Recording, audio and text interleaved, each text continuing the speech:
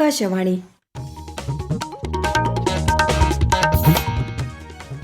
നമസ്കാരം. പ്രത്യേക വാർത്താ ബുള്ളറ്റിൻ വായിക്കുന്നത് കാർത്തിക വിശ്വംഭരൻ. പ്രധാന വാർത്തകൾ. 77ാം റിപ്പബ്ലിക് ദിനത്തോടനുബന്ധിച്ച് രാഷ്ട്രപതി ദ്രൗപദി മുർമു നാളെ രാജ്യത്തെ അഭിസംബോധന ചെയ്യും. പ്രധാനമന്ത്രി നരേന്ദ്രമോദിയുടെ പ്രതിമാസ റേഡിയോ പ്രഭാഷണ പരിപാടി മൻ കി ബാത് നാളെ രാവിലെ 11 മണിക്ക്. വിഴിഞ്ഞം രാജ്യാന്തര തുറമുഖത്തിന്റെ 2ാം ഘട്ട നിർമ്മാണ പ്രവർത്തനങ്ങളുടെ ഉദ്ഘാടനം മുഖ്യമന്ത്രി പിണറായി വിജയൻ നിർവഹിച്ചു. നാളെ ദേശീയ സമ്മതിദായക ദിനം. തിരഞ്ഞെടുപ്പ് പ്രക്രിയയുടെ സുതാര്യതയും വിശ്വാസ്യതയും ഉറപ്പാക്കാനുള്ള പ്രവർത്തനങ്ങളാണ് നടത്തിവരുന്നതെന്ന് മുഖ്യ തിരഞ്ഞെടുപ്പ് കമ്മീഷണർ ജ്ഞാനേഷ് കുമാർ. വാർത്തകൾ വിശദമായി. 77ാമത് റിപ്പബ്ലിക് ദിനാഘോഷങ്ങൾക്കൊരുങ്ങി രാജ്യം. മറ്റന്നാൾ കർത്തവ്യപഥിൽ നടക്കുന്ന റിപ്പബ്ലിക് ദിന പരേഡിൽ രാഷ്ട്രപതി ദ്രൗപദി മുർമു അഭിവാദ്യം സ്വീകരിക്കും. റിപ്പബ്ലിക് ദിനത്തിന് മുന്നോടിയായി രാഷ്ട്രപതി ദ്രൗപദി മുർമു നാളെ രാഷ്ട്രത്തെ അഭിസംബോധന ചെയ്യും. രാത്രി 7 മണി മുതൽ ആകാശവാണിയുടെ ദേശീയ ശൃംഖലകളിലൂടെയും ദൂരദർശന്റെ എല്ലാ ചാനലുകളിലൂടെയും പരിപാടി പ്രക്ഷേപണം ചെയ്യും. European commission president Ursula von der Leyen ഔദ്യോഗിക സന്ദർശനത്തിനായി ന്യൂഡൽഹിയിലെത്തി. തിങ്കളാഴ്ച നടക്കുന്ന റിപ്പബ്ലിക് ദിനാഘോഷങ്ങളിൽ യൂറോപ്യൻ കൌൺസിൽ പ്രസിഡന്റ് അന്റോണിയോ കോസ്റ്റയ്ക്കൊപ്പം അവർ മുഖ്യാതിഥിയായി പങ്കെടുക്കും. രാജ്യത്തിനകത്തും വിദേശത്തും യുവാക്കൾക്കായി പുതിയ അവസരങ്ങൾ സൃഷ്ടിക്കാൻ സർക്കാർ നിരന്തരം പരിശ്രമിക്കുകയാണെന്ന് പ്രധാനമന്ത്രി നരേന്ദ്രമോദി. ന്യൂഡൽഹിയിൽ 18ാമത് ദേശീയ തൊഴിൽ മേളയെ അഭിസംബോധന ചെയ്യുകയായിരുന്നു അദ്ദേഹം. भारत दुनिया की एकमात्र बड़ी इकोनॉमी है जिसने एक दशक में जीडीपी को डबल किया है. आज दुनिया के 100 से अधिक देश भारत में एफडीआई के जरिए निवेश कर रहे हैं. वर्ष 2014 से पहले के 10 वर्षों की तुलना में भारत में 2.5 गुना से अधिक एफडीआई आया है और ज्यादा विदेशी निवेश का अर्थ है भारत के युवाओं के लिए रोजगार के अनगिनत अवसर. ദേശീയ തൊഴിൽ മേളയുടെ ഭാഗമായി തിരുവനന്തപുരം പള്ളിപ്പുറം CRPF ഗ്രൂപ്പ് സെന്ററിൽ സംഘടിപ്പിച്ച തൊഴിൽ മേള കേന്ദ്ര സഹമന്ത്രി സുരേഷ് ഗോപി ഉദ്ഘാടനം ചെയ്തു. 272 ഉദ്യോഗാർത്ഥികൾക്ക് അദ്ദേഹം നിയമന ഉത്തരവ് കൈമാറി. പ്രധാനമന്ത്രി നരേന്ദ്രമോദി ജനങ്ങളുമായി ആശയങ്ങൾ പങ്കുവയ്ക്കുന്ന പ്രതിമാസ റേഡിയോ പ്രഭാഷണ പരിപാടി മൻ കി ബാത് നാളെ രാവിലെ 11-ന്. പരിപാടിയുടെ 130ാം പതിപ്പാണിത്. ആകാശവാണിയുടെയും ദൂരദർശന്റെയും എല്ലാ ശൃംഖലകളിലും പരിപാടി തത്സമയം ലഭ്യമാകും. ഇന്ത്യയുടെ ലോജിസ്റ്റിക് മേഖലയിൽ കേരളം സുപ്രധാന ശക്തിയായി മാറുകയാണെന്ന് മുഖ്യമന്ത്രി പിണറായി വിജയൻ.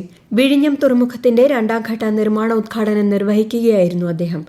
അന്താരാഷ്ട്ര പ്രാധാന്യമുള്ള ട്രാൻസ്ഷിപ്മെന്റ് ഹബ്ബായി വിഴിഞ്ഞം മാറിയെന്ന് ചടങ്ങിൽ മുഖ്യാതിഥിയായി പങ്കെടുത്ത കേന്ദ്രമന്ത്രി സർബാനന്ദ സോനോവാൾ പറഞ്ഞു. രാജ്യം നാളെ 16ാമത് ദേശീയ സമ്മതിദായക ദിനം ആഘോഷിക്കും. തിരഞ്ഞെടുപ്പ് കമ്മീഷൻ ന്യൂഡൽഹിയിൽ സംഘടിപ്പിക്കുന്ന ദിനാചരണ പരിപാടിയിൽ രാഷ്ട്രപതി ദ്രൗപദി മുർമു മുഖ്യാതിഥിയാകും. തിരഞ്ഞെടുപ്പ് പ്രക്രിയയുടെ സുതാര്യതയും വിശ്വാസ്യതയും ഉറപ്പാക്കാനുള്ള പ്രവർത്തനങ്ങളാണ് നടത്തിവരുന്നതെന്ന് പ്രത്യേക സന്ദേശത്തിൽ മുഖ്യ തിരഞ്ഞെടുപ്പ് കമ്മീഷണർ ജ്ഞാനേഷ് കുമാർ പറഞ്ഞു. In its renewed and dynamic form, the Commission has not only ensured the accuracy and integrity of electoral rolls and made the voting process more accessible to every elector, but has also effectively addressed electoral challenges, thereby strengthening every stage of the electoral process to make it more robust, transparent, and trustworthy. From the remotest corners of the country to the international arena, the Election Commission has firmly established a strong and impactful presence. മേരാ യുവ ഭാരതും sports authority of ഇന്ത്യയും സംയുക്തമായി സംഘടിപ്പിക്കുന്ന പദയാത്രയും Sunday zone cycle റാലിയും തിരുവനന്തപുരത്ത് governor Rajendra Vishwanath Arlekar നാളെ flag off ചെയ്യും. സമ്മതിദായക ദിനാചരണങ്ങളുടെ ഭാഗമായാണ് സംസ്ഥാനത്ത് പദയാത്ര നടത്തുന്നത്. ഈ വാർത്തകൾ ആകാശവാണിയിൽ നിന്ന്. ആകാശവാണി വാർത്തകളും വാർത്താധിഷ്ഠിത പരിപാടികളും all India radio news Thiruvananthapuram YouTube ചാനലിലും all India radio news Thiruvananthapuram Facebook പേജിലും AR News_ തിരുവനന്തപുരം ഇൻസ്റ്റഗ്രാം അക്കൌണ്ടിലും AR News_TVM X ഹാൻഡിലും ലഭ്യമാണ്. പാർലമെന്റിന്റെ ബജറ്റ് സമ്മേളനം ഈ മാസം 28-ന് ആരംഭിക്കും. രാഷ്ട്രപതി ദ്രൗപദി മുർമുവിന്റെ നയപ്രഖ്യാപന പ്രസംഗത്തോടെയാണ് സമ്മേളനത്തിന് തുടക്കമാവുക. ഫെബ്രുവരി 1-നാണ് കേന്ദ്ര ബജറ്റ്. കേരളത്തിൽ തീവ്ര വോട്ടർ പട്ടിക പരിഷ്കരണ നടപടികൾ പുരോഗമിക്കുന്നു. പരാതികൾ ഈ മാസം 30 വരെ സമർപ്പിക്കാം. കരട് പട്ടികയിൽ നിന്ന് ഒഴിവാക്കപ്പെട്ടവരും പുതിയ അപേക്ഷകരും ഫോം 6 ഉപയോഗിച്ച് അപേക്ഷിക്കണം. വിദേശ വോട്ടർമാർ ഫോം 6A സമർപ്പിക്കണം. അന്തിമ SIR വോട്ടർ പട്ടിക അടുത്ത മാസം 21 പ്രസിദ്ധീകരിക്കും. വോട്ടർ പട്ടിക കൈപ്പുസ്തകത്തിലെ വ്യവസ്ഥകൾ കർശനമായി പാലിച്ച് BLAമാർ സമർപ്പിക്കുന്ന ഫോമുകൾ സ്വീകരിക്കാൻ EROമാർക്കും BLOമാർക്കും മുഖ്യ തിരഞ്ഞെടുപ്പ് ഓഫീസർ രത്തൻ യു കേൽക്കർ നിർദ്ദേശം നൽകി. മിക്ക BLOമാരും ഫോമുകൾ സ്വീകരിക്കുന്നില്ല എന്ന് രാഷ്ട്രീയ പാർട്ടികളുടെ പരാതി ശ്രദ്ധയിൽപ്പെട്ടതിനെ തുടർന്നാണ് നിർദ്ദേശം. ബുദ്ധന്റെ ആശയങ്ങൾ ലോകമെമ്പാടും ഐക്യത്തിന്റെയും സഹവർത്തിത്വത്തിന്റെയും പാഠങ്ങളാണ് പകർന്നു നൽകുന്നതെന്ന് കേന്ദ്ര ന്യൂനപക്ഷകാര്യമന്ത്രി കിരൺ റിജിജു ന്യൂഡൽഹിയിൽ 2ാം ആഗോള ബുദ്ധമത ഉച്ചകോടിയിൽ സംസാരിക്കുകയായിരുന്നു അദ്ദേഹം.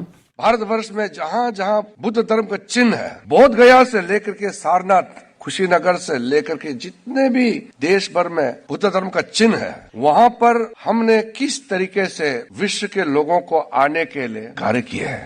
पहले बार प्रधानमंत्री मोदी जी के नेतृत्व में बुद्ध जयंती, बुद्ध पूर्णिमा को मनाने शुरू किया. സിംബാബ്വേയിൽ നടക്കുന്ന അണ്ടർ-19 പുരുഷ ക്രിക്കറ്റ് ലോകകപ്പിലെ അവസാന ഗ്രൂപ്പ് മത്സരത്തിൽ ന്യൂസിലൻഡിനെതിരെ ഇന്ത്യയ്ക്ക് 7 വിക്കറ്റ് ജയം. 37 ഓവറാക്കി ചുരുക്കിയ മത്സരത്തിൽ 135 റൺസ് എടുക്കുന്നതിനിടെ ന്യൂസിലാൻഡിന്റെ എല്ലാവരും പുറത്തായി. ഇന്ത്യ 14ാം ഓവറിൽ ലക്ഷ്യം കണ്ടു. ഇന്ത്യ ന്യൂസിലൻഡ് പുരുഷ T20 പരമ്പരയിലെ 3ാം മത്സരം നാളെ ഗുവാഹട്ടിയിൽ.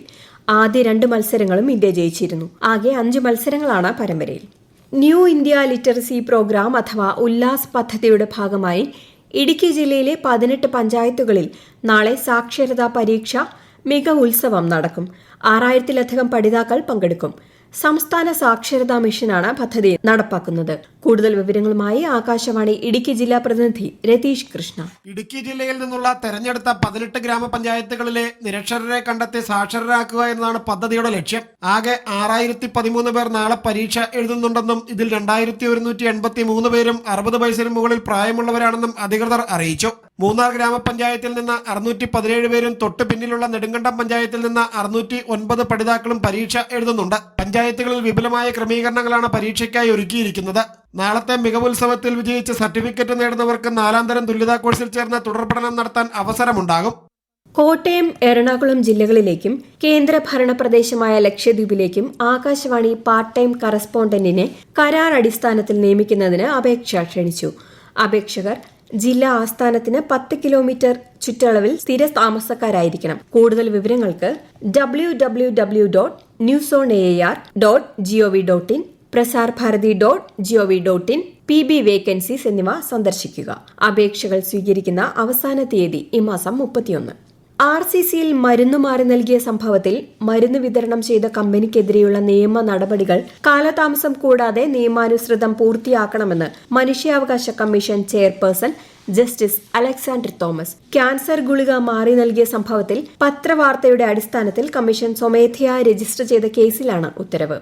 സംസ്ഥാനത്ത് 2026-27 അധ്യയന വർഷത്തെ എഞ്ചിനീയറിംഗ്, ആർക്കിടെക്ചർ, ഫാർമസി, മെഡിക്കൽ അനുബന്ധ കോഴ്സുകളിലേക്കുള്ള പ്രവേശനത്തിന് ഈ മാസം 31 വരെ അപേക്ഷിക്കാം. വിശദവിവരങ്ങൾക്കായി cee.kerala.gov.in എന്ന വെബ്സൈറ്റ് സന്ദർശിക്കുക. പ്രധാന വാർത്തകൾ വീണ്ടും. 77ാം റിപ്പബ്ലിക് ദിനത്തോടനുബന്ധിച്ച് രാഷ്ട്രപതി ദ്രൗപദി മുർമു നാളെ രാജ്യത്തെ അഭിസംബോധന ചെയ്യും. പ്രധാനമന്ത്രി നരേന്ദ്രമോദിയുടെ പ്രതിമാസ റേഡിയോ പ്രഭാഷണ പരിപാടി മൻ കി ബാത് നാളെ രാവിലെ 11 മണിക്ക്. വിഴിഞ്ഞം രാജ്യാന്തര തുറമുഖത്തിന്റെ 2ാം ഘട്ട നിർമ്മാണ പ്രവർത്തനങ്ങളുടെ ഉദ്ഘാടനം മുഖ്യമന്ത്രി പിണറായി വിജയൻ നിർവഹിച്ചു. നാളെ ദേശീയ സമ്മതിദായക ദിനം. തെരഞ്ഞെടുപ്പ് പ്രക്രിയയുടെ സുതാര്യതയും വിശ്വാസ്യതയും ഉറപ്പാക്കാനുള്ള പ്രവർത്തനങ്ങളാണ് നടത്തിവരുന്നതെന്ന് മുഖ്യ തെരഞ്ഞെടുപ്പ് കമ്മീഷണർ ഗ്യാനേഷ് കുമാർ. പ്രത്യേക വാർത്താ ബുള്ളറ്റിൻ കഴിഞ്ഞു. അടുത്ത വാർത്താ പ്രക്ഷേപണം നാളെ രാവിലെ 6:45.